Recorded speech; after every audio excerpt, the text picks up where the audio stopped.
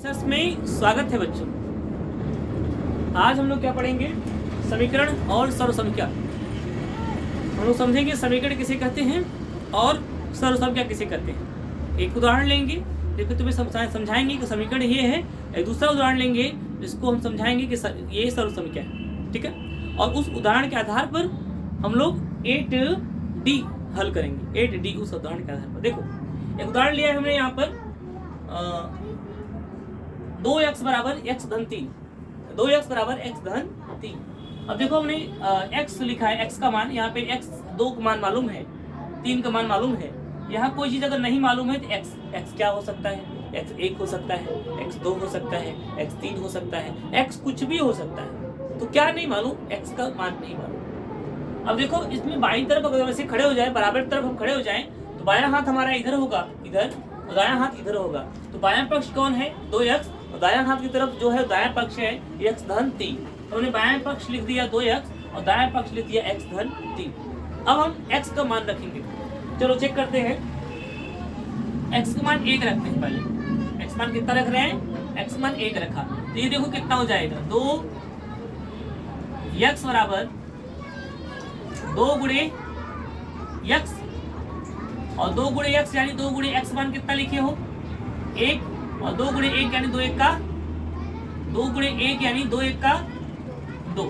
इसका मतलब है x बराबर 1 के लिए बायां पक्ष का मान कितना हो गया? 2 हो गया। x बराबर 1 के लिए बायां पक्ष मान कितना हो गया? 2 हो गया। अब देखो बच्चों, दायां पक्ष x धन 3, x मान कितना माने थे? 1 धन 3 कितना हो गया? 4। यानी x बराबर 1 के लिए दाएं पक्ष मान कितना हो गया? 4। यानी ये देखो, x बराबर 1 के लिए यह जो है उसका बाएं पक्ष का मान कुछ और आ रहा है 2, और दाएं पक्ष का मान कुछ और आ रहा है 4। प्रश्न आया? x का ये जो मान है, x बराबर जब हमने 1 लिया तो बायां पक्ष क्या आ गया? 2, और दायां पक्ष क्या आ गया? 4। यानी बायां पक्ष और दायां पक्ष का मान अलग अलग आ गया। अगर किसी भी मान के लिए x की कोई भी मान ले लो, अगर किसी भी मान के लिए, किसी एक मान के लिए भी बायां पक्ष दायां पक्ष अलग आ गया तो ये क्या नहीं बनेगा? सर्वसंख्या नहीं बनेगा। क्या नहीं बनेगा? सर्वसंख्या नहीं बनेगा। सर्व का मतलब ही होता है सबके लिए। सर्व का मतलब क्या है? सर्व का मतलब है सबके लिए, यानी किसी भी मान के लिए जो बायां पक्ष आए वही दायां पक्ष आए, तभी कोई चीज सर्वसंख्या बनेगी। ट्रेन जा रही, चले जा रही। तो x के किसी मान के लिए, x के किसी भी मान के लिए अगर बायां पक्ष और दायां पक्ष सभी मान के लिए, x के सभी मान के लिए अगर बायां पक्ष और दायां पक्ष एक ही आए, जो यहाँ वही यहाँ, सब मान के लिए आए, तब सर्वसंख्या बनेगा। यानी एक बात तो क्लियर हो गई, एक बात स्पष्ट हो गई, एक बात साफ हो गई। क्या हो गई? कि x बराबर 1 पर बायां पक्ष का मान 2 है, तो x बराबर 1 पर दायां पक्ष का मान 4 है। यानी x बराबर 1 पर बायां पक्ष कुछ और, x बराबर 1 पर दायां पक्ष कुछ और। इसका मतलब ये सर्वसंख्या तो नहीं बनेगा, सर्वसंख्या नहीं है। चलो 2 के लिए चेक करते हैं। x बराबर 2 के लिए चेक करते हैं। तो ये 2x था, 2x यानी 2 गुणे x, और इस बार x का मान कितना लिए हैं हम? 2। तो 2 दूनी 4। x बराबर 2 के लिए बाएं पक्ष का मान 4 आ गया। अब हम लोग देखेंगे x बराबर 2 के लिए दाएं पक्ष का मान कितना आता है। चलो, x धन 3, x का मान कितना लिए थे? 2 धन 3 बराबर कितना आ गया? 5। यहाँ भी x बराबर 2 के लिए भी बाएं पक्ष का मान 4 आया और दाएं पक्ष का मान क्या आया? 5 आया। अलग अलग आ गया। इसका मतलब सर्वसंख्या तो है ही नहीं। सर्वसंख्या हो तभी हो सकता है सर्वसंख्या जब किसी भी मान के लिए, चाहे जो मान ले लो, सब पर बाएं पक्ष वही आए जो दाएं पक्ष है। बायां पक्ष दायां पक्ष एक ही आए, एक ही, जो नंबर वहां है वही संख्या यहाँ है, जो संख्या बाएं पक्ष में वही संख्या दाएं पक्ष में। लेकिन यहाँ नहीं हो रहा है, सर्वसंख्या नहीं है। देखो बच्चों, x बराबर 3 ले लो, 2x यानी 2 गुणे x बायां पक्ष, और 2x मान कितना लिए हो? 3। तो 2 तिहाई 6। x बराबर 3 के लिए बायां पक्ष कितना आ गया? 6 आ गया। x बराबर 3 के लिए दायां पक्ष देखो, x बराबर 3 रखा, और 3 धन 3, और 3 3 6। रोक लो यहीं पर। देखो बच्चों, x बराबर 3 के लिए बायां पक्ष जो आया है वही दायां पक्ष आया।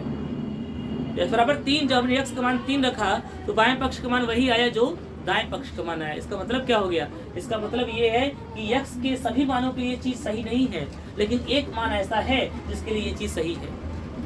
एक मान ऐसा है जिसके लिए यह चीज क्या है? सही है। अगर x बराबर 2 रख दें, x बराबर 3 रख दें, तो बाएं पक्ष और दाएं पक्ष क्या हो जाएगा, बराबर हो जाएगा। और वो बराबर में भी कितना हो जाएगा, 6 हो जाएगा। बराबर में भी कितना हो जाएगा, 6 हो जाएगा। इसका मतलब देखो यहाँ x बराबर 3 के लिए, x बराबर 3 के लिए 2x तथा 2x बराबर x धन 3 सत्य है।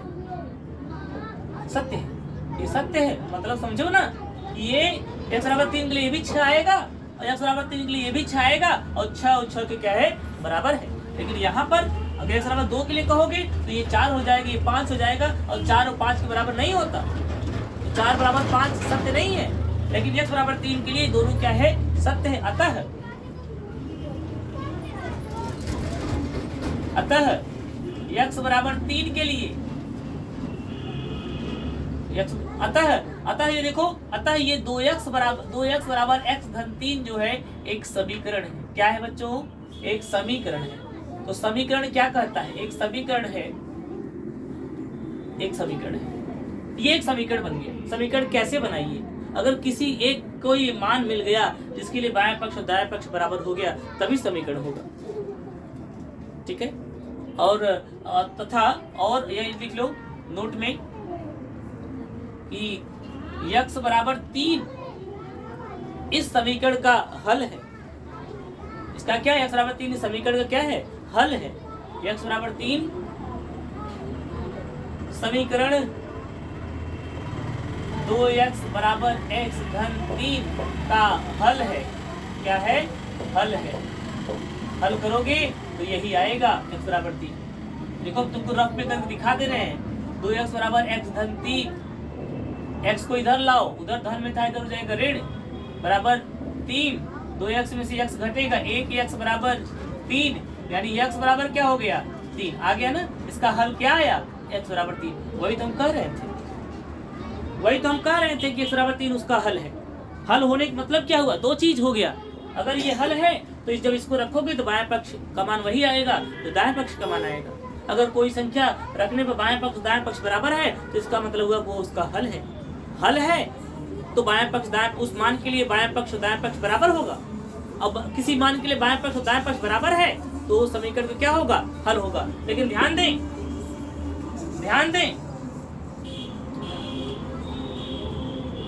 क्या, ध्यान दें कि ये 2x बराबर x धन 3 सर्व समीकरण नहीं है। क्या नहीं है, सर्व समीकरण नहीं है। सर्व समीकरण क्यों नहीं है वो लिखेंगे। सर्व समीकरण नहीं है क्योंकि 2x बराबर x धन 3 x के सभी मानों के लिए सत्य नहीं है। ठीक है, ये जो है x के सभी मानों के लिए सत्य, x के सभी मानों के लिए सत्य नहीं है। मानों के लिए सत्य नहीं है। देखो बच्चों, इस टेबल में देखो, इस टेबल में जब x बराबर 1 रखा था ये दोनों सत्य नहीं थे, बराबर नहीं हुए। ये 2 हो गया, ये 4 हो गया। x बराबर 1 के लिए ये सत्य नहीं है, x बराबर 2 के लिए सत्य नहीं है, x बराबर 3 के लिए सत्य है। अगर सभी मानों के लिए सत्य होता, x के सभी मानों के लिए सत्य होता तब सर्वसमीका बनता। लेकिन अगर किसी एक के लिए भी सत्य नहीं है तो सर्वसमीका नहीं बनेगी, क्योंकि वो सर्वसमीका होना है, सबके लिए सत्य होना है, और सबके लिए सत्य होगा तभी सर्वसमीका होगा। अगर सबके लिए नहीं है, किसी एक दो के लिए है तो वो समीकरण होगा, सर्वसमीका नहीं होगा। बात समझ में आ गया कि सर्वसमीका क्या होता है, समीकरण क्या होता है। अब तुम सोच रहे होगे सर हमको एक ऐसा उदाहरण दीजिए जो x के सभी मानों के लिए सत्य है। ठीक है, तो अब देखते हैं कोई ऐसा एग्जाम्पल है क्या इसमें। जनरली नहीं मिलता।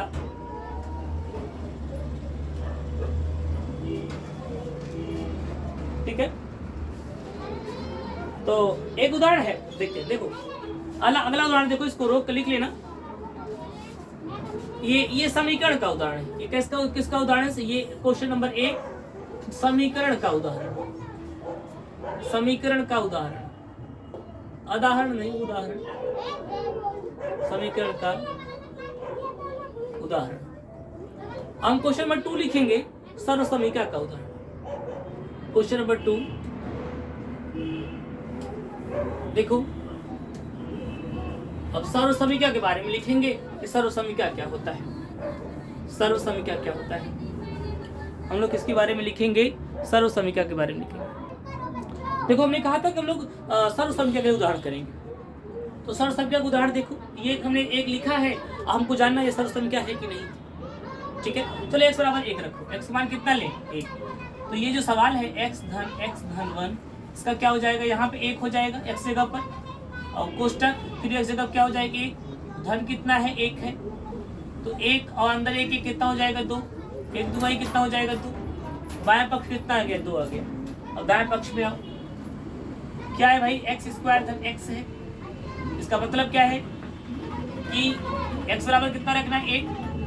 1 का स्क्वायर और धन 1, और बदलो ब्रैकेट।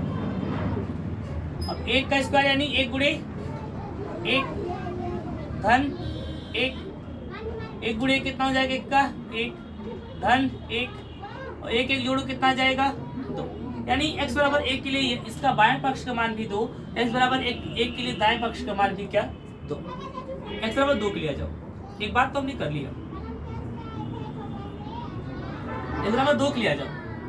चलो भाई, यही सवाल था। चलो 2 रखो जहां x है। 2 धन 1 3 और 2 3 6। x बराबर 2 के लिए बाएं पक्ष का मान कितना आ गया? 6 आ गया। x बराबर 2 के लिए दाएं पक्ष का मान देखते हैं, x स्क्वायर धन x। दाएं पक्ष का मान देखते हैं तो कितना आएगा? x बराबर 2 के लिए x मान कितना रखेंगे?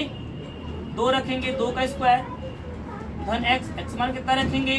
2 रखेंगे। कितना आया? क्योंकि x बराबर 2 के लिए चेक कर रहे हैं। कितना आया? x 2 घाते 2 मतलब 2 गुणे 2 धन 2, कितना आ गया? देखो, 2 गुणे 2 दुगनी 4 धन 2, कितना आ गया? 6। यानी x बराबर 2 के लिए बाएं पक्ष भी 6 आ गया, x बराबर 2 के लिए दाएं पक्ष भी क्या आ गया? 6 आ गया। बराबर है। अब x बराबर 3 के लिए चेक कर लो। x के किसी भी मान के लिए चेक करोगे, x बराबर 3 देखो, x धन 1, x बराबर 3 धन 1, 3 1 कितना हुआ? 4, और 3 चौक कितना हुआ? 12। ठीक है, x बराबर 3, x स्क्वायर धन x बराबर 3 है, 3 का स्क्वायर धन x 3 का स्क्वायर यानी 3 गुणे 3 घाते 2, स्क्वायर मतलब घाते 2 धन 3, कितना आया? 3 त्रिका 9, और ये कितना आया? 3 और 9 3 कितना हो गया? 12। यानी तुम ये देख रहे हो कि जो भी x का मान ले रहे हैं सबके लिए बात क्या होती जा रही है? सत्य होती जा रही है। इसका मतलब अर्थात x के किसी भी मान के लिए, तो कोई और रख के चेक कर लेना, x के किसी भी मान के लिए, x के किसी भी मान के लिए जो x धन x प्लस 1 है वह x स्क्वायर धन x के क्या है? बराबर है। किसी मान के लिए यह जो कथन है, यह बात जो है, ये क्या है? सत्य है। क्या है? सत्य है।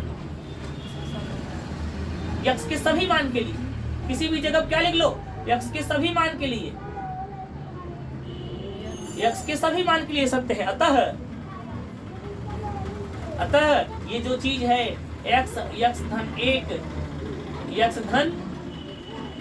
1 ये जो है बराबर x स्क्वायर धन x एक सर्वसमीका है। क्या है? सर्वसमीका है।